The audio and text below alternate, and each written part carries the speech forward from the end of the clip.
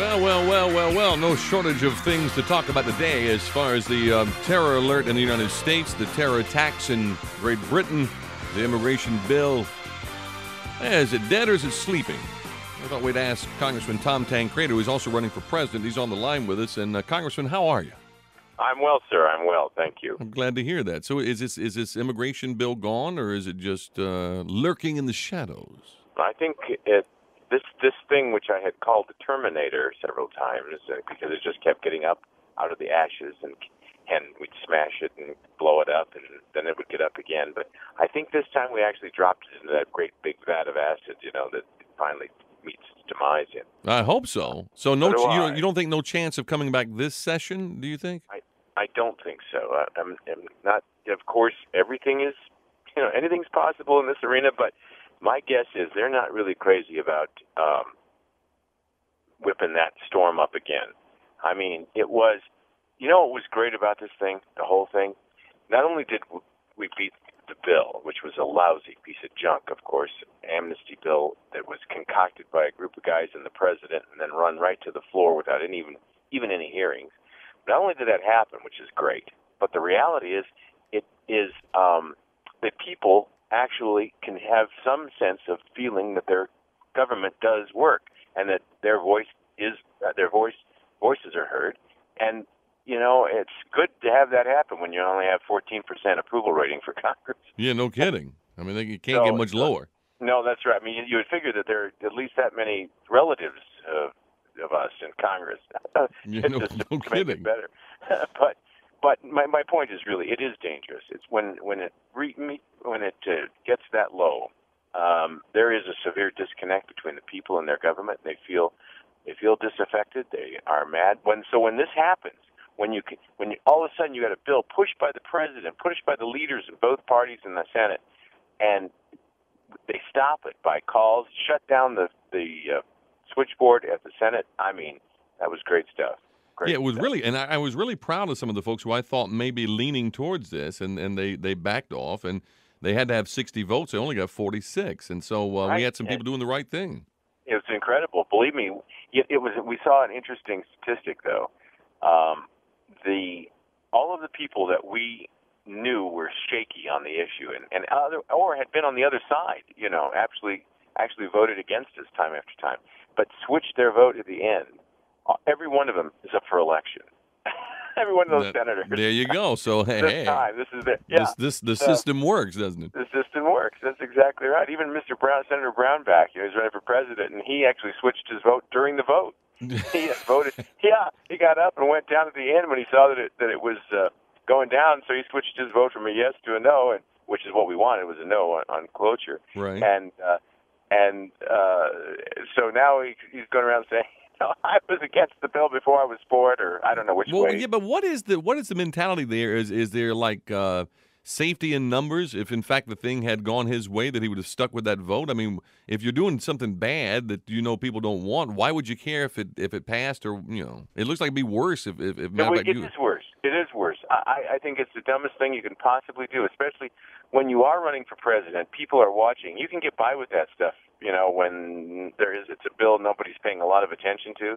But when a bill like this, and you're running for president, I'll tell you, my friend, you're just not going to slip that one by anybody. I have no idea what could have possessed him, because there is no. He said something later like, I wanted to showcase the fact that I didn't like the bill, but I thought we should have some discussion. Right, I don't know what the heck it was. Come on, save it. It was pretty lame. That's right. Very lame. Well, then you got Michael Chertoff coming out on the weekend talk shows saying that Congress should be ashamed of themselves, scolding Congress and saying that we now don't have this money to secure the borders. You guys voted last year, did you not, to give them money for a fence and to do other things, or did you not? We absolutely did. Not only that, but you have to remember that. Remember, the president was going to sweeten the pot toward the last day or so. He said he'd put an extra $4.4 billion. Where did he think that was coming from? I mean, the president doesn't actually have $4.4 billion. Yeah, where's he going to get the money from? Fund. Yeah, he's got it because we appropriated it. So Chertoff is the one who should be embarrassed, frankly. He is the Secretary of Homeland Security, and he will not secure our borders. This something that is unconscionable, it seems to me. Unconscionable. And to suggest for 5 seconds that this is something he can't do is even more unconscionable. No kidding, it's ridiculous. I'm telling you this, it's just infuriating. That I guarantee you that if you had the will to do so, you could secure your border and our borders. We could do it. It is the fact is we don't have the will to do so. That's the problem. We're talking with Congressman Tom Tancredo of Colorado, also running for president. Let's talk about the security, because of after what happened over the weekend in England and Scotland, it is apparent that something is, at least they're going to try something here, don't you think? Well, sure I do, and believe me, they have been. I mean, they've been trying to. I guarantee you that there are plenty of people here in this country who have come in here sometimes legally with a visa, but sometimes illegally across the border, and they have they've foiled over 200 plots. I mean, it isn't as if they haven't tried, and thank God we've had really some pretty good work done to stop them. But I guarantee you they are here. And eventually one's going to get through, and then when that happens, this whole debate about the illegal immigration is going to completely change, isn't it? If in fact we find out that one of these terrorists came up through the porous border and then attacked us. You bet. But you know, who wants to win the argument based on an event like that? Yeah, no kidding. You know, I'd rather just win it based upon the strength of our argument. But unfortunately, you know, who knows? It may actually come to that the only way we actually get those borders secure is when something like that happens. But it's despicable. It really is. I cannot tell you how disappointed I am in the president, a guy that I certainly supported. I'm a Republican. I wish I was not in the position of having to be so critical, but I'm telling you, this action that or lack of action, the inaction of this administration in defense of our borders is inexcusable, and there is no way to rationalize it. You can't. There's no political spin you can put on this. He refuses to do so. Thank you, Talk Radio, because, you know, I announced my candidacy for president on Talk Radio in Iowa, and for obvious reasons. And I did so because, and I said at the time, you know, I am doing this because Talk Radio is sort of what brought me to the party. You know what I mean? Talk Radio has for now 8 years given me a megaphone, and I have used it to the best of my ability. I've done 2,500 or more, well, now more, radio shows on this issue, on this particular topic, and over the 8 years that I've been in Congress. And it's not just me, of course. It's people, other people who have similar views, who have had Talk Radio to express them on.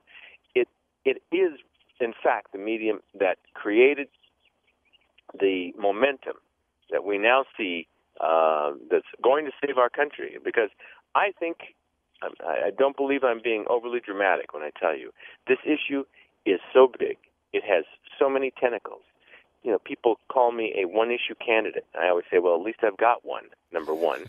And number two, it happens to be an issue of more significance than any other domestic policy issue I can think of. That's right.